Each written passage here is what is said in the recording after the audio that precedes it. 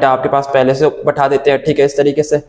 और कोशिश ये करना कि जिस दिन आपका पेपर हो उसके मतलब क्या सुबह, मैंने बहुत बच्चों को देखता हूँ कि पर्ची लेके आ जाते हैं कि मतलब सुबह भी रिपीट कर रहे होते हैं। आप अपने आप। Hello students, welcome to Vedantic YouTube channel. तो कैसे हैं आप लोग? मेरा नाम है अरुण कुमार पीवाल, आपका केमिस्ट्री एजुकेटर। आज मैं आपके लिए एक बहुत ही दिलचस्प वीडियो लेकर आया हूं और बहुत ही इंफॉर्मेशनल वीडियो लेकर आया हूं। आप सभी जानते हैं एनटीए का नया नोटिफिकेशन आ चुका है जिसका आप सभी को इंतजार था। देखो, डेट्स देने के बाद आप सभी का जो सवाल था वो ये सवाल था कि हमारे स्लॉट्स कौन से होंगे, है ना, और कौन सी सिटी में सेंटर पड़ेगा। तो मैं आपको बताना चाहता हूं कि इस नोटिफिकेशन के आधार पर आपकी जो डेट ऑफ एग्जाम है, जो आपको पता है 22, 23, 24, 28 एंड 29 जनवरी, ठीक है, बीई बीटेक के लिए, और बी आर्क वालों के लिए 30 जनवरी को होने वाला है। अब देखो, जो शिफ्ट रहेगी वो दो शिफ्ट रहेगी, first shift and second shift. First shift आपकी रहेगी मॉर्निंग वाली 9 to 12, ठीक है। सेकंड शिफ्ट रहेगी 3 to 6 PM। तो आप सभी को अपनी अपनी शिफ्ट चेक कर लेनी है, अपनी अपनी एग्जाम सिटी चेक कर लेनी है। उसके लिए आपको क्या करना है मैं आपको बता देता हूं। ये जो लिंक दिया गया है ना वेबसाइट का, इस पर आप क्लिक कर सकते हो। मैं आपको एक डेमो दे देता हूं।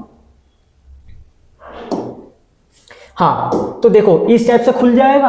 अब इस पे आपको अपना एप्लीकेंट नंबर डालना है, दूसरा अपनी डेट ऑफ बर्थ। मान लो मैंने यहां पर एक डेमो के लिए ले लेता हूं 2007 ले लो, 2006, जो भी आपकी डेट ऑफ बर्थ है वो डेट ऑफ बर्थ आप अपनी लगा दो, ठीक है। उसके बाद आपको क्या करना है, ये कैप्चा कोड इसमें भर देना है, ठीक है। ये कैप्चा कोड आप टाइप कर दोगे, फिर आपको सबमिट के बटन पे क्लिक कर देना है। जैसे ही आप सबमिट करोगे आपका अपने आप फॉर्म खुल जाएगा और आपका क्या स्लॉट रहेगा, आपका क्या एग्जाम सिटी रहेगा वो आप चेक कर सकते हो, ठीक है। तो ये तो हो गया आपका चेक करने वाला काम। दूसरी चीज इसके अलावा मैं आपको बताना चाहता हूं, जो भी आपका स्लॉट है, जो भी एग्जाम सिटी है, उसको आप अच्छे से नोट करके रखें, अच्छे से उसको मेमोराइज कर लें, और एक बार हो सके तो एक दिन पहले जाके सेंटर पे देख भी ले। हो सकता है अगर आपकी सिटी में है, पास में है, तो एक दिन पहले जाके देखने में क्या दिक्कत है, कंफर्म कर लो कि यही है या नहीं। क्योंकि कई बार बहुत बच्चों के साथ ये होता है कि वो दूसरे सेंटर पे पहुंच जाते हैं, जाना था कहीं और पहुंच गए कहीं, ठीक है। तो वो सब नहीं होना चाहिए, तो ये चीज आप ध्यान रखना। और अगर आपका मॉर्निंग शिफ्ट में है 9 AM से है, तो कम से कम 7, 7:30 बजे पहुंच जाना, ठीक है। 1-1.5 घंटे का क्वेश्चन लेकर चलो, क्योंकि कुछ भी हो सकता है। देखो, मैंने भी जेईई मेंस दिया है, जेईई एडवांस दिया है, तो आई नो दैट कि इसकी क्या इंपॉर्टेंस होती है जल्दी पहुंचने की, ठीक है। अगर आपका गलत सेंटर पे भी आप पहुंच जाते हो तो आप पे टाइम होना चाहिए। अगर एक सिटी में भी हो तो आधा घंटा तो एक जगह से दूसरी जगह जाने में लग जाता है, समझ रहे हो ना। तो आपको जो भी आपका टाइम स्लॉट है, अगर सेकंड शिफ्ट में भी है 3 बजे से है तो 1 बजे पहुंच जाओ, ठीक है। 9 बजे है तो 7 बजे पहुंच जाओ। तो ये चीज आपको ध्यान रखनी है। अब मैं अपने साथ ही अपने फिजिक्स एजुकेटर को बुलाना चाहता हूं, mister Gaurav, please come. Hello बच्चों, कैसे हो आप सब? तो सर थोड़ा सा बताइए बच्चों को थोड़ा गाइड कीजिए। अच्छा, गाइड करता हूँ, ठीक है। पहले बेसिकली होता क्या है, ठीक है, कि जब आप एग्जाम सेंटर पे पहुंचोगे, ठीक है, 9 बजे, यार चाहे मॉर्निंग शिफ्ट हो चाहे इवनिंग शिफ्ट हो, ठीक है, अब प्रेशर जरूर होता है यार आप में कि यार जल्दी पहुंचूंगा, लेट पहुंचूंगा, ठीक है। अब कोशिश ये करना कि अपने पेरेंट्स के साथ जाना कोशिश करना, क्योंकि आपके पेरेंट्स को सबसे ज्यादा पता है जहां आप रह रहे हो वहां पर, ठीक है।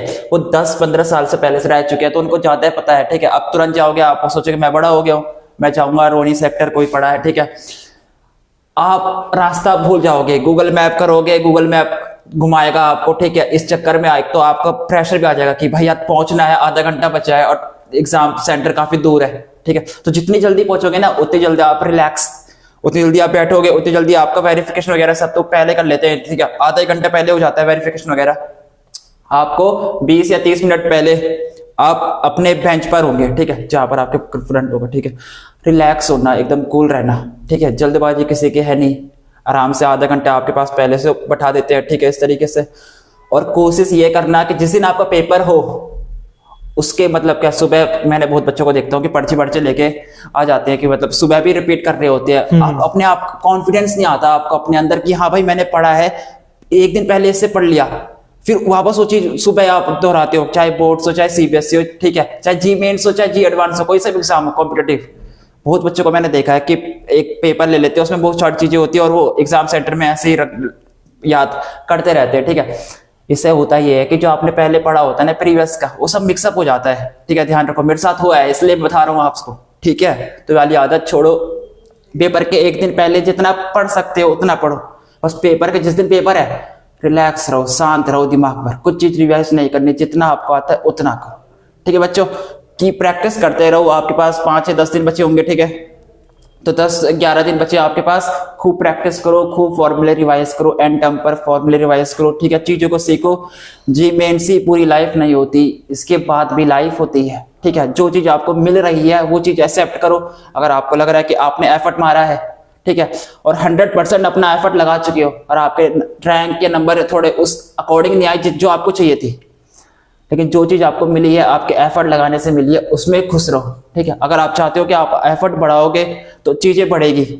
अगर आप चाह रहे हो कि मेरा एफर्ट, मैं इतने एफर्ट मार सकता हूँ, इस साल इतने एफर्ट मार सकता हूँ, तो जो चीज आपको मिल रही है उसको एक्सेप्ट करो और उसी पर आके निकलो, ठीक है बच्चों। बहुत अच्छी एडवाइस दी है सर ने। देखो ध्यान से दो, ध्यान से देखो, क्योंकि कितने दिन से तो कितने सालों से, और क्योंकि बहुत सारे बच्चे तो 2-2 साल से तैयारी कर रहे होते हैं सर, मतलब 1 साल नहीं 2 साल नहीं, ड्रॉपर वाले तो कितने ड्रॉपर्स भी होते हैं, ड्रॉपर्स। तो आपने इतनी पढ़ाई कर ली है कि 1 दिन 2 दिन पहले या उस दिन पढ़ के कुछ नहीं होने वाला है बेटा।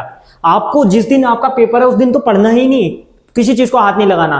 अच्छा सर, एक चीज मुझे पूछनी थी, बच्चे पूछ रहे थे कि एग्जाम वाले दिन क्या लेकर जाएं, किन बातों का ध्यान रखें, तो आप छोटा सा 1 मिनट में अगर उनको मैसेज दे। तो एग्जाम में ना सबसे पहले अपना एडमिट कार्ड रखना, ठीक है, जो आपका एडमिट कार्ड है, ठीक है। वेरिफिकेशन के लिए आप आधार कार्ड की फोटोकॉपी रख सकते हो, जो आपने एडमिट जिसमें नहीं है तो कुछ और भी फोटो आईडी आप रख सकते हो, हाँ, जिसमें आपने फॉर्म भरा होगा उसमें आपने आधार कार्ड से लॉगिन किया होगा, समथिंग किसी से किया होगा, ठीक है, चाहे पैन कार्ड, पासपोर्ट होगा, जो भी है, ठीक है, इस तरीके से।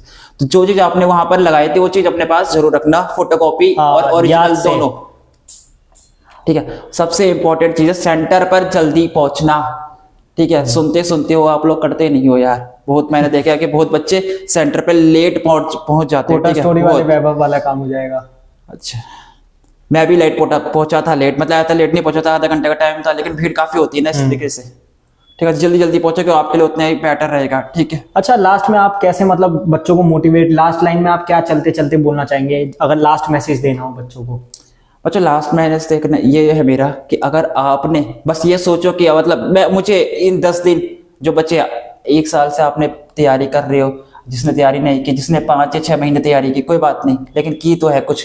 अब जो 10 दिन है ना आपके पास बचे हैं, ठीक है, अब ये 10 दिन आपके डिसाइड करेंगे कि वो तैयारी इफेक्टिव की है नहीं की। तैयारी सब करते हैं यार, पर ये जो लास्ट के दिन होते हैं ना, 1 महीने का गैप होते हैं, चाहे 1 हफ्ते का, चाहे 2 हफ्ते का, इसको यूटिलाइज बहुत कम कर पाते हैं। जितने अच्छे से इस चीज को यूटिलाइज करोगे उतने आपका स्कोर बढ़ेगा, ये लिख के ले लो, ठीक है। तो ये बहुत अच्छी एडवाइस दी है, और मेरी भी यही एडवाइस होगी। देखो जो होना था हो गया, अब आप अपना कॉन्सेंट्रेट करो कि आपको एग्जाम देने जाना है, फ्री माइंड के साथ जाना है और टाइम पे तो पहुंचना ही है, ठीक है।